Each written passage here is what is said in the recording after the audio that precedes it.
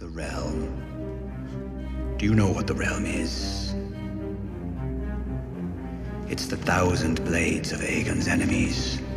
A story we agree to tell each other over and over till we forget that it's a lie. What's up, ladies and gentlemen? Welcome back for another Game of Thrones Season 8 breakdown video. In my last two breakdown videos, I talked about some of the big events I think we could see in the first and second episode of the final season, but today I will be talking about one of the biggest events in Game of Thrones history. So far, I have done my best to set the stage for this big event in the north, but as you all know, I'm not a writer, but I did try to make sure I talked about each character and their location, while trying to put them in position for the battle against the Night King. So far, according to all the reports about Game of Thrones Season 8, they have all basically said the same thing about this episode.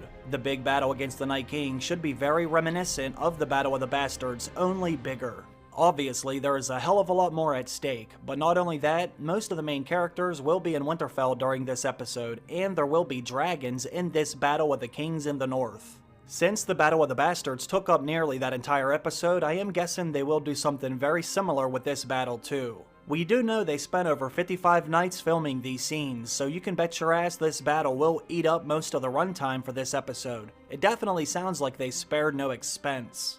Now, I imagine we will get a few quick scenes before the battle begins, but we're probably not going to be bouncing around from Westeros to Essos or anything like that in this episode. I am betting the Night King will arrive within the first 15 to 20 minutes of the episode, then the battle will last until we see the credits. Keep in mind, this episode will be well over 1 hour in length. Most of the episode will involve the Night King, so with that being said, let's begin. In my breakdown so far, I said the opening scene of the first episode will begin in Winterfell with the arrival of Jon Snow and Daenerys Targaryen. Then in the second episode, the opening scene will take place in King's Landing with the arrival of Euron Greyjoy and the Golden Company. For this episode, the third episode of the season, I want to go back to the north for the opening scene. If you did watch my last video, then you would know by this point in the season, Jaime Lannister already arrived in Winterfell with Bronn and a small army of his own. They were greeted at the gates with some sort of hostility in the last episode, but now we're going to begin the season with a big council meeting in the main dining hall of Winterfell. All of the main characters, including some of the Stark's bannermen, will be in attendance for this meeting. During the scene, Jaime will have to explain himself in front of everyone. In order for Jaime to gain everyone's trust, he will have to be like an open book. He can't hold back any information, no matter how sensitive the topic. After all, Bran Stark can always confirm or deny any story that Jaime tells, so this should be very interesting. For starters, Jaime needs to explain what the hell happened at the Dragon Pit. Cersei agreed to send all of her banners to the north to fight the Army of the Dead, but Jaime isn't going to be showing up with all of their banners, now is he? He needs to tell them Cersei's true intentions. Euron Greyjoy did not run back to the Iron Islands. He was actually heading to Essos to pick up the Golden Company. This could also be something that Bran Stark could confirm. He can say something along the lines of, "This is true. I saw Euron and the Golden Company arrive in King's Landing." This would obviously cause a big commotion between everyone in the room. We could even hear the Northern Lords start to lash out at Jaime. They might say something like he cannot be trusted, and that he should be killed for all of his past crimes. We might even see Tyrion get very uncomfortable during the scene. After all, Tyrion might know why Cersei decided to lie about sending them help. If you do remember when Tyrion and Cersei last spoke, we never got to see how that scene came to an end. Who knows what else was said behind closed doors? So, when Jaime starts talking about Cersei lying to their faces, try to remember to keep an eye on Tyrion when things get tense. The look on his face might be very telling, but let's continue. During this scene, we're going to see a lot of characters question Jaime's motives, along with some of the things that he has done in the past. Jaime will basically be put on trial, very similar to Littlefinger's final scene, only this one will have a different outcome. Almost everyone knows that Jaime and Cersei had a very close relationship, a relationship that was much closer than just brother and sister. Almost everyone knows that Cersei's children were in fact fathered by Jaime, so how do they know that Jaime isn't lying to them right now? Like I said, I think these are the times that Bran Stark can get involved in the scene. At some point, we're also going to have to get the big revelation about how Bran actually fell from the tower window. Many different people are going to want to kill Jaime Lannister when that gets revealed. I don't know how they're going to do this yet, but in my opinion, Jaime will survive that scene somehow, some way. I just don't see him getting killed this early in the season. I feel like he needs to have at least one more scene with Cersei before she dies. Like I said in some of my previous videos, I believe that Bran Stark will forgive Jaime for what he had done to him. Now everyone else might not forgive him, but I think that Bran ultimately will. Bran most likely believes that becoming the Three-Eyed Raven was his destiny, therefore Jaime might get a pass. Another way I can see the writer saving Jaime during the scene is by shifting everyone's focus to something else. Even if Bran Stark says that he forgives Jaime, we could still hear some of the other characters speak out against him, but Jaime could get saved by the bell. What I mean by that is, near the end of Jaime's questioning, something could happen at Winterfell's gates that causes everyone to shift their focus elsewhere. As Jon, Sansa, and everyone else is standing there wondering what to do with Jaime, this is when some commotion could be heard from outside of the castle. This is when Tormund, Beric, Lord Commander Ed, and the rest of the Night's Watch can arrive at the gate. Now by this time, Jon should already be well aware of what happened at Eastwatch by the Sea, but nonetheless, he might be a little surprised that Tormund and Beric survived that attack. When Tormund and Beric do get there, they can confirm everyone's worst fears. What Bran saw happen at Eastwatch by the Sea is in fact true. The Night King did raise Dany's dragon, and he also raised several giants, and he now has brought the entire army into the north. Maybe they can even bring word that some of the northern castles were attacked nearby. This would send Winterfell into high alert. The castle would obviously go into an absolute frenzy. This is when Bran needs to tell Jon, it's time we go and have a little talk. Let's go to the Godswood where we can have some privacy. Jon needs to learn the truth about who his parents are before the Night King gets there, because there is always that possibility that Jon could die in that battle. Therefore, he needs to know the truth now. This could actually be a really nice cliffhanger for the scene in Winterfell. Then, we can go down to King's Landing and check in on Cersei before all hell breaks loose in the north. By mid-season, there should be well over a foot of snow in King's Landing. We did see some flurries begin to fall in the Season 7 finale, but now that the Night King is getting closer and closer, the conditions should be getting worse throughout most of Westeros. Now, in the first scene with Cersei Lannister, I think this is when we can get her nude scene. In my last video, I talked about one of the reports that came out several months ago, and in that report, it did say that Cersei Lannister's body double was brought back for another nude scene in the final season. Since Cersei may be getting naked next season, I think we might get a scene that indicates Cersei and Euron has taken their relationship one step further by having sex. In my last video, I also talked about why Cersei may need to do something like this. When Cersei and Euron first met, Euron made it very clear what he actually wanted from Cersei. He did not only want an alliance, but he also wanted Cersei by his side and not Jaime's. Cersei did say that she would give Euron everything that his heart desired, after they won the war. However, now that Jaime is gone, Euron might become a little more aggressive with his approach. So far, Euron has went above and beyond to serve Cersei. He not only wiped out some of Dany's allies when he captured the Sand Snakes and Yara Greyjoy, but he also destroyed a big portion of Dany's ships. He did this when he attacked Theon and Yara, and he also did that when he attacked the small fleet Grey Worm used to get to Casterly Rock. Now Euron has set sail once again to pick up the Golden Company, and so far, he hasn't really got anything in return from Cersei. She does keep promising to give him something in return, but she has yet to deliver. Well, Euron may shoot his shot one more time, but this time, Cersei could actually deliver. Cersei may feel like she needs to seduce Euron to ensure that he doesn't leave her like Jaime just did. Cersei not only lost her lover and brother, but she also lost the commander of her army when Jaime left. But she could lose more than that, depending on where Jaime stops on his way to Winterfell. Like I said previously, I highly doubt that Jaime shows up in Winterfell alone. He will most likely gather up as many troops as possible, which in turn makes Cersei's army even smaller. Knowing this, Cersei may think, alright, Euron has proven himself time and time again. As of right now, Euron has been undefeated for Cersei. His ships seem to be damn near unstoppable. Plus, he did just pick up the Golden Company, who he spent an awful lot of time with on those ships. Who knows how close Euron and the commander of the Golden Company became during that time. Cersei might be thinking, if I lose Euron, I could potentially lose everything I have gained thus far. Plus, Tychos from the Iron Bank did hint that Euron might not stay obedient for long. With all of this in mind, Cersei may seduce Euron to keep him happy, and to keep him fighting for her. We might even see her whisper into his ear, after the war is over, I will make you my king.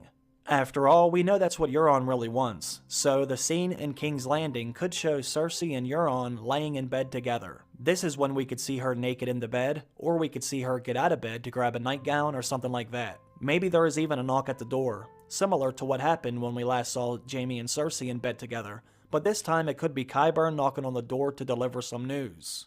After Cersei gets dressed and meets Qyburn in the next room, he can tell her about the recent reports coming out of the north. This is when Cersei can learn that the portion of the wall at Eastwatch by the Sea has been breached. Not only that, but the Army of the Dead has already begun wiping out some of the Stark's bannermen, like Houses Umber and Karstark, just to name a few. Then Qyburn can tell her all of the ballistas and Wildfire are ready and in position. Afterwards, we might even see an evil smile come across Cersei's face. At this time, it might seem like everything is falling into place for her. The army of the dead are invading the north.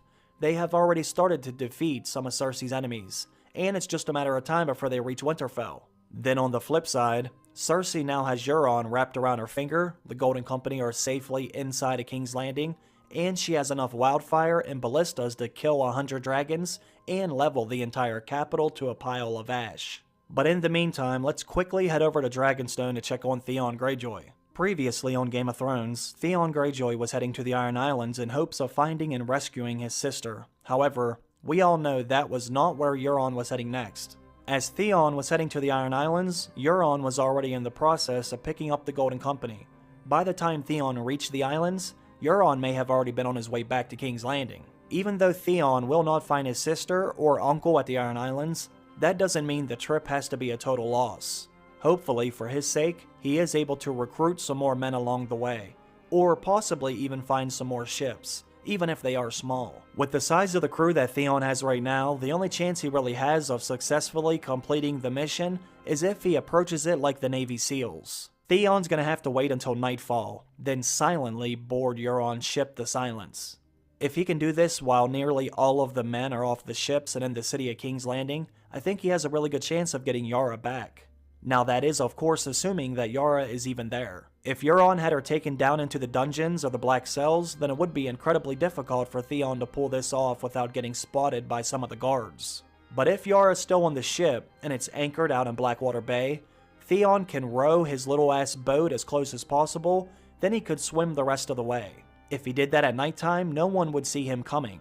Then he can slip onto the ship and start cutting people's throats without making a single sound. Now that he has made it back around the coast, he could possibly stop here to regroup, resupply, or begin to devise his plan of attack. With Dragonstone being so close to King's Landing, he should know that's where Euron's ships are located at that time. Now let's go back up to Winterfell where the main event is about to begin. The last scene in Winterfell shortly ended after Beric Dondarrion, Tormund Giantsbane, Dolorous Edd, and the rest of the Night's Watch arrived at the gates. When they got there, they basically confirmed everyone's worst fears. Bran's visions, along with the reports of attacks in the north, are accurate. The Night King did knock down the wall, and he is coming their way next. The scene ended with Bran telling Jon they need to go to the Godswood to speak in private. So let's start off right there, with Bran and Jon in front of the Weirwood tree. Obviously, I have no idea how the scene will actually play out, but I imagine when Bran tells Jon the truth about his parents, he will be absolutely shocked, and most likely in disbelief. Bran will need to explain everything. Maybe Bran can even repeat what Ned's last words were to Jon.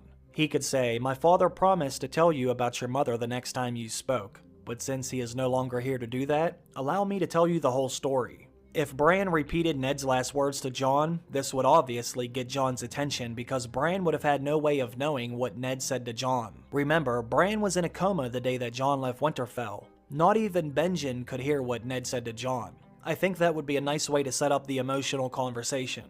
After Bran says that, he can go into the whole story about the tourney at Harrenhal, which Jon should have already heard about, but then Bran can go into the details about how Rhaegar never kidnapped Lyanna, and how they were actually in love, and even got married before Jon was born.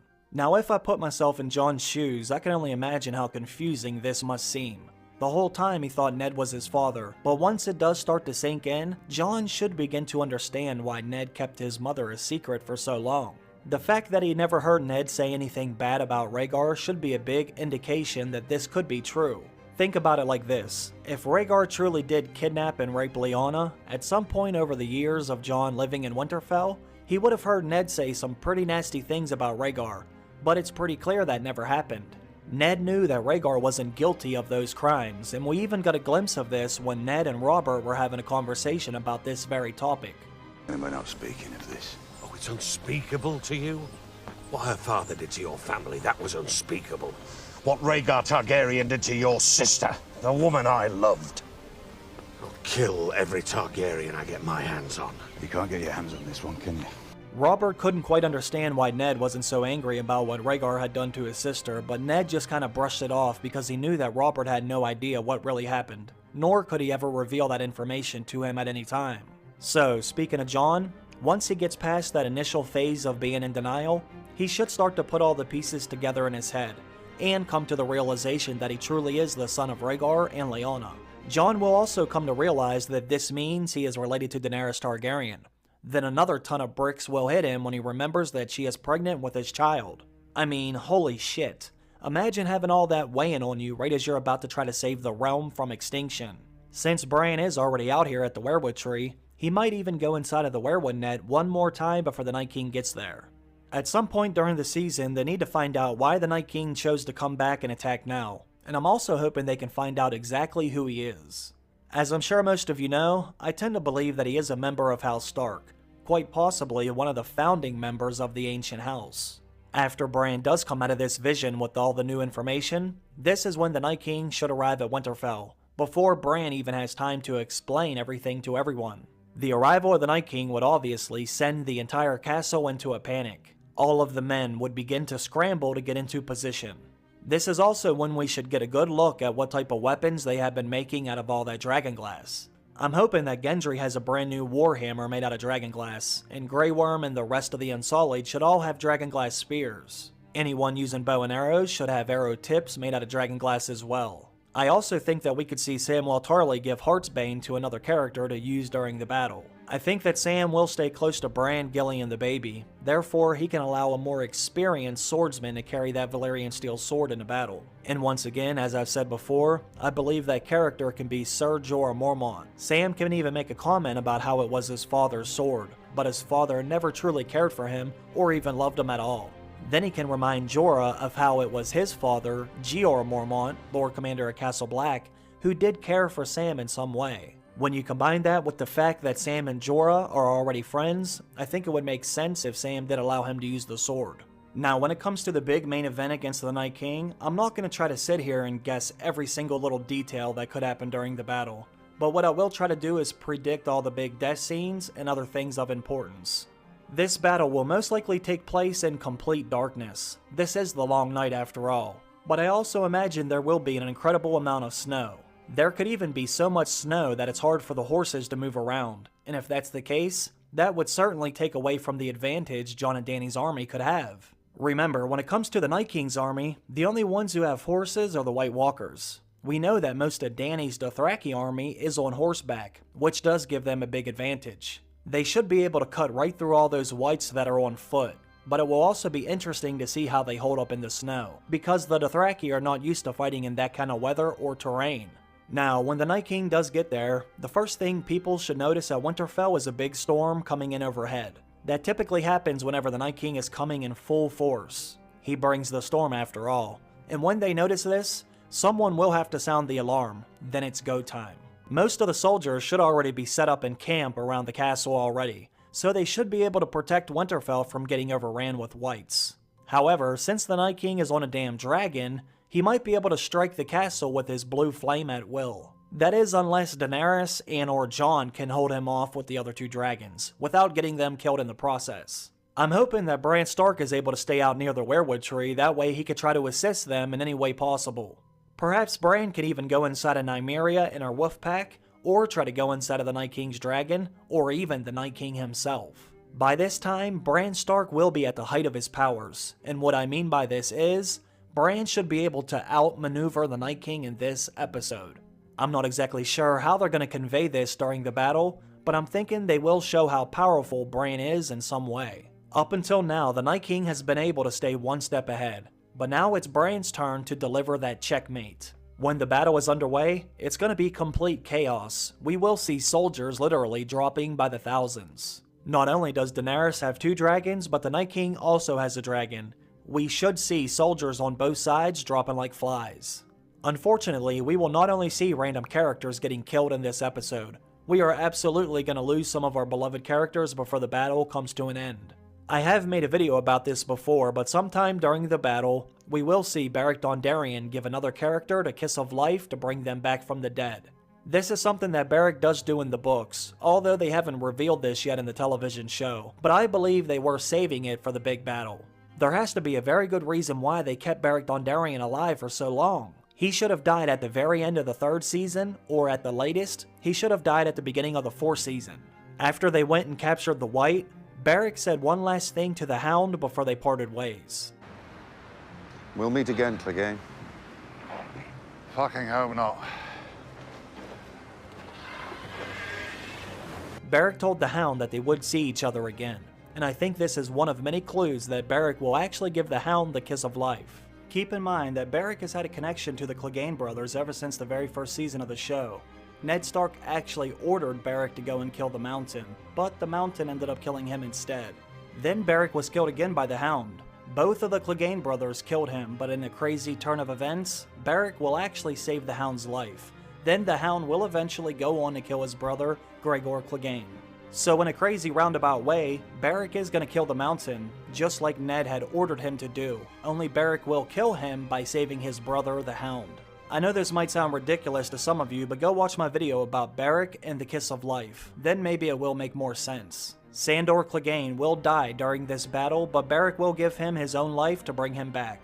Other characters that I think will die during the battle are Lord Commander Ed, Tormund Giantsbane, Grey Worm, Jon Royce, Lord Glover, and maybe even Jorah Mormont. I could easily see Jorah Mormont sacrificing his own life to save Daenerys, if it does come to that. He has said many times that he would die for Daenerys, so maybe he actually does. Now we will definitely lose some more main characters before the show comes to an end, but they have some other purposes to fulfill before that happens, in my opinion. Another big moment during the episode should be the arrival of Melisandre and the Fiery Hand. When Melisandre gets there, she will sway the battle in a big way. When the Fiery Hand enters the battle, this should look pretty awesome. The Night King's entire army has sort of an icy blue look to them, but the Fiery Hand will have a fire red look to them. This will truly be a battle of ice versus fire. We will see red flames and blue flames light up the night sky, then we will see soldiers of ice and soldiers of fire fighting on the ground. It should look pretty damn cool to see. Once the numbers from both sides start to dwindle, this is when we need to somehow get the Night King off of that damn dragon.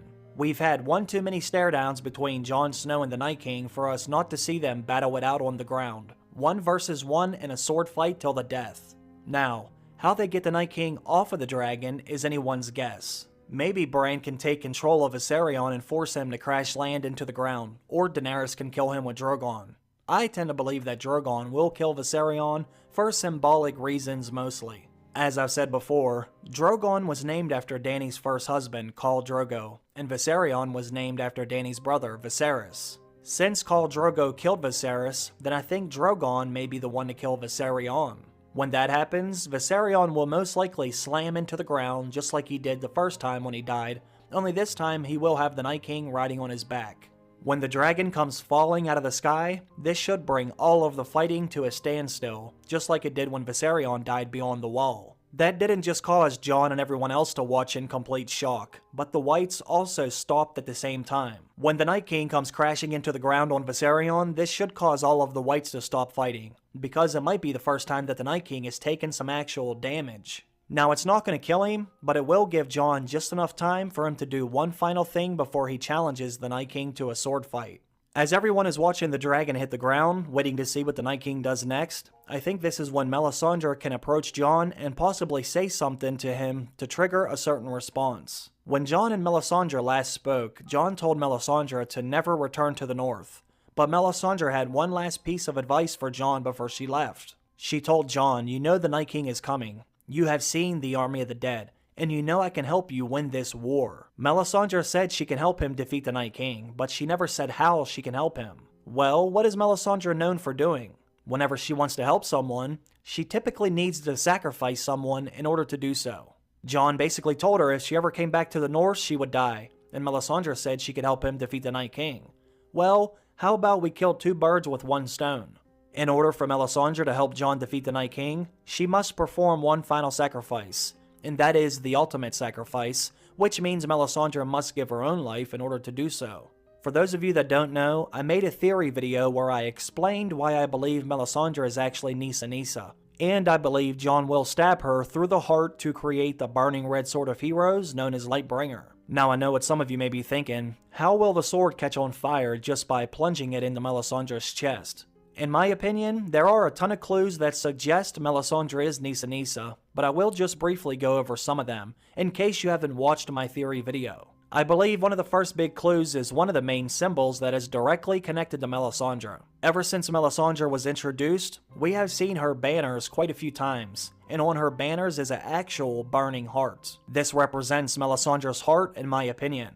It is her flag after all, and once you plunge a sword in her chest, that sword will absolutely catch on fire, because Melisandre's heart is on fire. Another reason why I know this is because we have been told that Melisandre has a fire burning inside of her. Even when Melisandre is at Castle Black, Jon could touch Melisandre's skin and it was always very warm to the touch. She could actually walk around the wall with wearing nothing but a dress, yet somehow she was never cold.